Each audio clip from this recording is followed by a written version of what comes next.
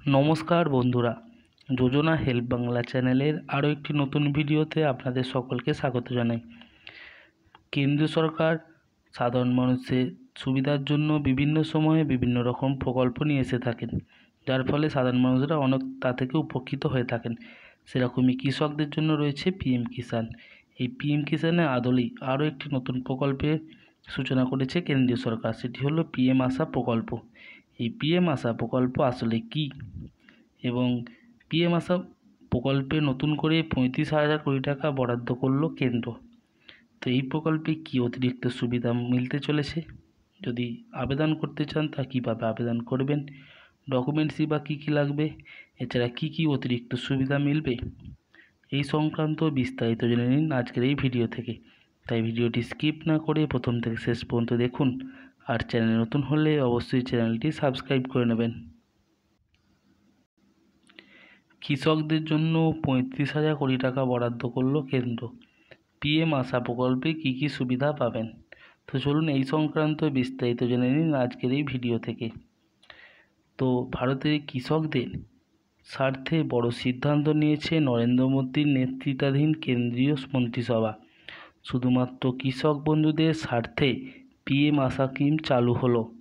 দেশের কৃষিকাজ তথা কৃষকদের উন্নতির কথা চিন্তা করে এই প্রকল্পে 35,000 কোটি টাকা বরাদ্দ করা হয়েছে। এই পদক্ষেপটি ভারতের কৃষক সমাজের জন্য গুরুত্বপূর্ণ একটি মাইলফলক হিসেবে কাজ করবে বলে জানিয়েছে কেন্দ্র। কি এই পিএম আশা প্রকল্প, কি কি সুবিধা থাকছে এর ক্ষেত্রে, তো চলুন এই সংক্রান্ত বিস্তারিত জেনে নিই। বুধবার প্রধানমন্ত্রী নরেন্দ্র মোদীর নেতৃত্বে কেন্দ্রীয় মন্ত্রিসভা এই গুরুত্বপূর্ণ সিদ্ধান্ত গ্রহণ করে। প্রধানমন্ত্রী জানান, 2024 সালের রবি মরশুমে দেশের কৃষকদের সার ও অন্যান্য প্রয়োজনীয় সামগ্রীর দাম কমানোর জন্য এই প্রকল্পের আওতায় ভর্তুকি অনুমোদিত হয়েছে। এর ফলে ভারতের কৃষকদের উৎপাদন খরচ কমে যাবে, যা সরাসরি কৃষকদের আয় অতিরিক্ত পরিমাণ বৃদ্ধি করতে চলেছে।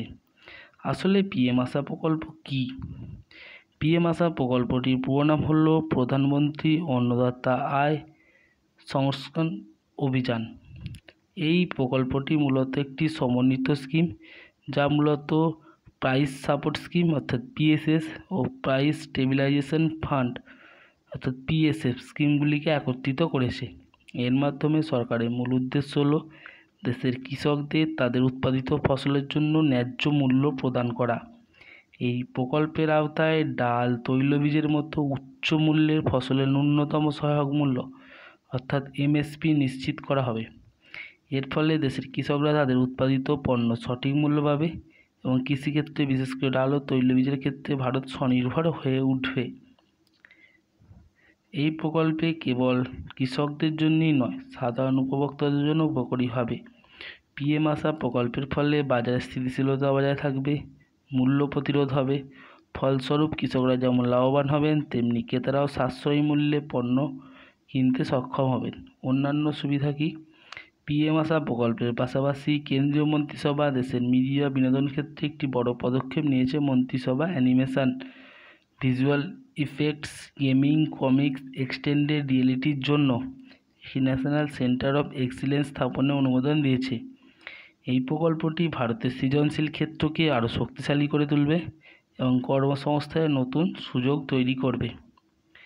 এছাড়াও মন্ত্রিসভা ভারতের বায়োটেকনোলজি ক্ষেত্রে অগ্রগতির লক্ষ্যে বায়োরাইট প্রকল্পকে অনুমোদন দিয়েছে। এই প্রকল্পের মাধ্যমে বায়োটেকনোলজি ক্ষেত্রে নতুন গবেষণা উন্নয়নের মাধ্যমে দেশকে আরও এগিয়ে নিয়ে যাওয়া হবে। সুতরাং কৃষিক্ষেত্রে আধুনিকীকরণের জন্য আর্থিক বরাদ্দ বৃদ্ধি পাওয়ায় আধুনিক পদ্ধতিতে কম সময় ও কম পরিশ্রমে ফসল উৎপাদন ও প্রক্রিয়াকরণ সম্ভব হবে। এছাড়াও কৃষকেরা উৎপন্ন ফসল বিক্রয় করে যে ন্যায্য মূল্য পান না, এই অভিযোগ বহুদিনের সেই সমস্যাও দূর হবে এই প্রকল্পের সঠিক বাস্তবায়ন হলে। এছাড়াও কৃষকদের জন্য আর কি রয়েছে? পশ্চিমবঙ্গ তথা দেশের কৃষকদের জন্য রয়েছে বিভিন্ন প্রকল্প, কেন্দ্র সরকার রাজ্য সরকার যেগুলো চালু করেছে। তার মধ্যে অন্যতম হলো প্রধানমন্ত্রী কিষাণ যোজনা বা পিএম কিষাণ স্কিমের মাধ্যমে প্রতি বছর এমনিতেই টাকা পেয়ে থাকেন। এছাড়া কৃষক বন্ধু প্রকল্পের মাধ্যমে পশ্চিমবঙ্গে কৃষকেরা আর্থিক সহযোগিতাও পেয়ে থাকেন। এছাড়া শস্য বিমা যোজনা, ফসল সুরক্ষা যোজনা, কৃষক পেনশন সহ প্রচুর প্রকল্পের মাধ্যমে কৃষকদের সহযোগিতা করা হয়।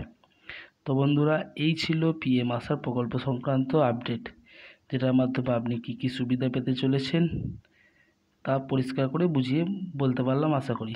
যদি ভিডিওটি ভালো লাগে অবশ্যই চ্যানেলটি সাবস্ক্রাইব করে নেবেন এবং পাশে থাকবেন। ধন্যবাদ।